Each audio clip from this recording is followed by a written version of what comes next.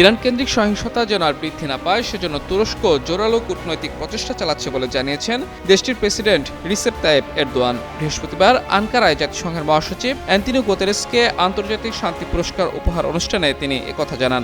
বলেন, কূটনীতি ও সংলাপই ন্যায্য ও স্থায়ী শান্তির সবচেয়ে নিরাপদ পথ।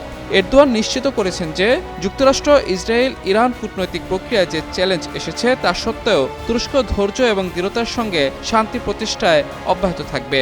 অনুষ্ঠানে এরদোয়ান জাতিসংঘের মহাসচিবের তুরস্ক সফর প্রসঙ্গে বলেন, ২০১৭ সালে দায়িত্ব নেয়ার পর থেকে মহাসচিব তার কাজ সম্পাদন করছেন নিরপেক্ষতা ও প্রজ্ঞার সঙ্গে। প্রথম দ্বিপাক্ষিক সফরটির পর প্রতি সফরই বিশেষ তাৎপর্য বহন করছে। এছাড়াও এরদোয়ান জাতিসংঘের মহাসচিবের শরণার্থী সুরক্ষা, বিশ্বজনীন ন্যায় প্রতিষ্ঠা এবং রাশিয়া ইউক্রেন যুদ্ধের প্রেক্ষিতে শাটল কূটনীতির প্রচেষ্টায় গুরুত্বপূর্ণ অবদানকে স্মরণ করেন। প্রেসিডেন্ট আরও বলেন, তুরস্ক জাতিসংঘের প্রতিষ্ঠাগত মূল্যবোধের অন্যতম শক্তিশালী সমর্থক, যা মানবজাতির সাধারণ বিবেক, বৈশ্বিক একাত্মতা ও ভবিষ্যতের আশা প্রতিনিধিত্ব করে।